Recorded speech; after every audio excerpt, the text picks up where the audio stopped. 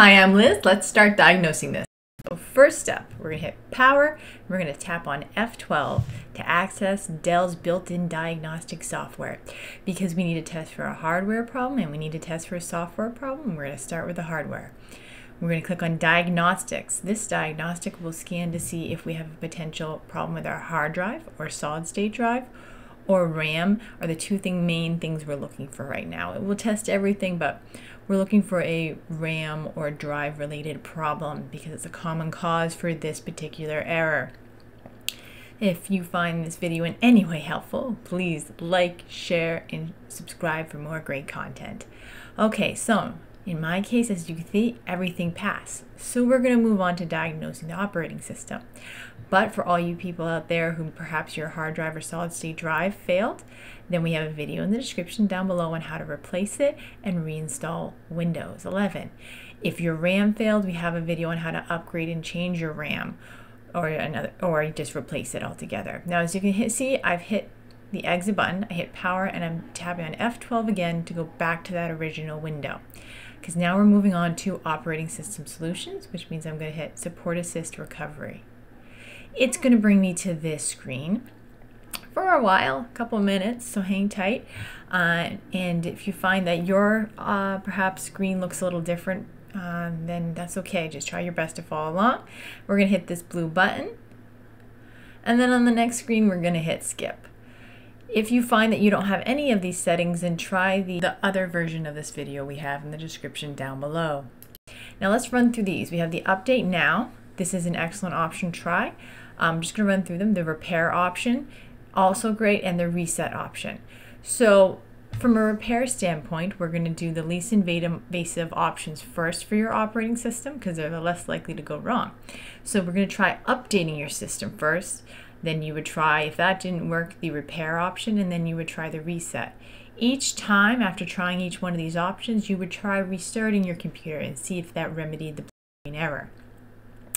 But you would try the update now like this, and then you would follow the prompts, make sure your computer's plugged in with any of these options, and you would go systematically through. And then next you would hit the repair option, and this is just a repair option. So oftentimes this may or may not work, but it's worth trying because it's the least invasive process. But the heavy hitter, and the one that most people end up having to use, is the reset option down below. And there's always a risk of loss of data when you reset a computer, even when it's backed up, and that's why we saved it for last. But we're going to try it because desperate times call for desperate measures, right? So we're going to go ahead and try it, and we'll hope it works. And it most likely will, but there's always more options if it doesn't. Now, if for any reason you can't access this reset option, you can always reinstall the operating system, and we have a video down below on how to do that. All right, so right here, we're going to have to hit the next option, as you can see. And there's the optional data transfer. As you see, it estimates the runtime of 40 to 45 minutes. And this will give you that backup option, which has a note here, the data transfer. So that will be the next one. We hit next, and we're going to go to backup files, and it will show you how to do this. Okay, so yes, I give access and I accept Microsoft. Now, if you don't care about your data, you want it to go faster, you just want to get it done, well, then you can pick the other option. But most people pick up the backup option, so that's what I'm going to show you. I'm going to hit next. And it's going to immediately start backing up all my information. And it's a little bit of a process, especially if you have a lot of data. And like I said, there is a possibility of you losing that data. I just want to throw that out there. It is a sad thing, but it does happen. So we're going to go ahead and do this. And while you're waiting, I want to keep in mind that it will take a little bit longer for you. But this one, we're going to hit next. But as it's going to do, it's going to back it up, and it's going to take a minute or two. Keep in mind that you can always try some other options like a BIOS reset. We have a video in the description down below if this doesn't work. And then you can also try manually testing your RAM. We have a black screen error that shows you video that shows you how to manually test your RAM. So both of those are in the description down below if you find the operating system solutions are not a good fit for you.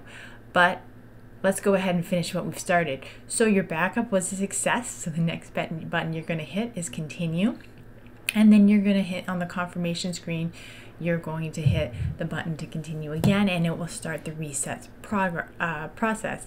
Now keep in mind, seeing that my computer's working, I'm not going to follow this all the way through, but in your case you would hit I understand, and then you would hit the next button, and it would immediately start resetting your computer.